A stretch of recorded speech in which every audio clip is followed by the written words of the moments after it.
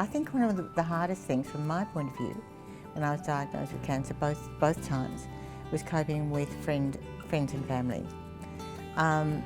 It's a shock to them. I feel sorry for my husband. He's gone through lots of highs and lows and ups and downs to get through it. But yeah, it's a constant journey and it's a learning journey, and it's not an easy one, but there's great things at the end of it, and I don't regret one part of it, but it was very difficult going through a close relationship with someone after going through breast cancer.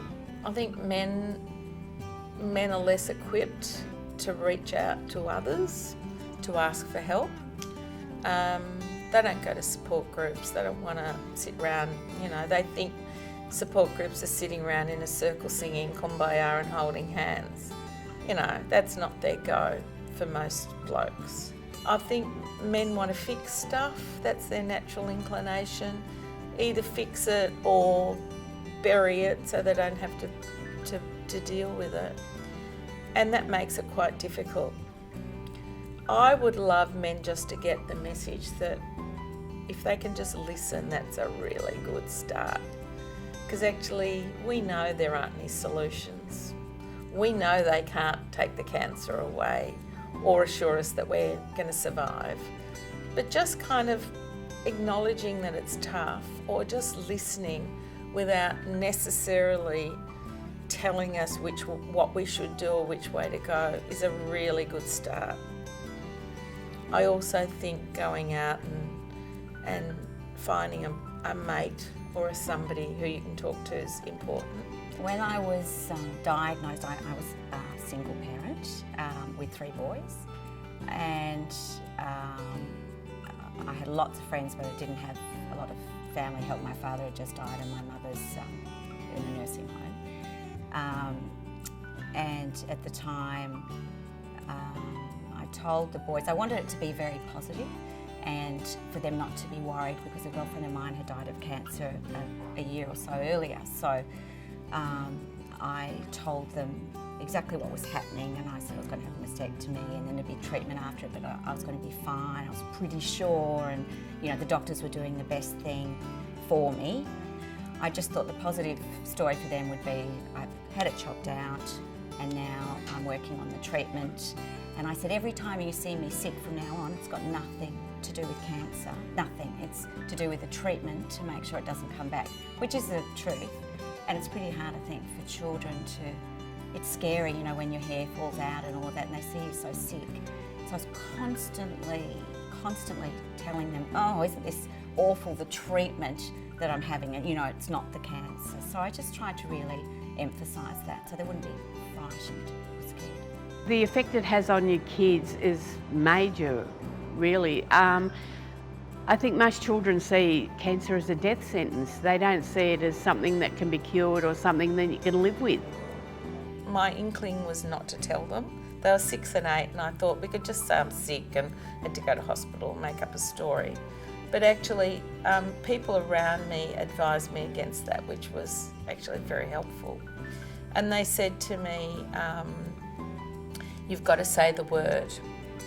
And 18 years ago, the word cancer actually held, I think, much more fear than it does now. It's still bloody scary, but it was really a big voodoo word. And people were saying they'll hear it from somebody, whispered at school, she's got cancer, and that could cause huge problems for them.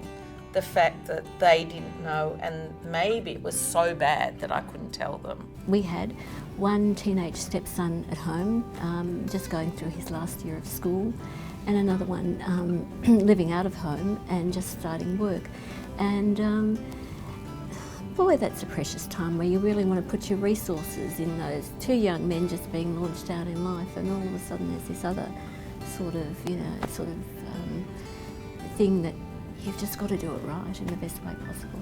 Because I was diagnosed at 40, immediately 3 generations affected. So my children and my parents, who were still very much alive, still alive, I'm thrilled to say, in their 80s now, and both doing very well. Anyhow, it was very difficult telling my parents. It was particularly difficult telling my mother because she's a very emotional sort of a person, and I'm her only daughter, and I knew she would take it very, very hard, and she did. And that was a real challenge for us in managing her and her fears and her anxieties. And I guess one of the ways that we kind of addressed that was actually a help to us too, was that she came and she minded the kids for me. So she got involved when I was crook. My mum was with me when I was diagnosed, and I know that she sort of immediately went into that kind of why is this not me type scenario. She was sort of mid-50s then, or maybe nearly 60. And so she was sort of confused herself, I think, as, why is this actually not me? My dad lost a lot of weight very quickly, very stressed, said he'd get me anything that I needed, wanted treatment anywhere, anything. He really went into that mode of let's find the doctors, let's talk to the doctors, let's, sort of pragmatic, maybe male approach. I have two brothers who were horrified, very upset. My brother Tom stalked me a little bit. He would call me multiple times a day for the whole period that I was sick. I absolutely loved it.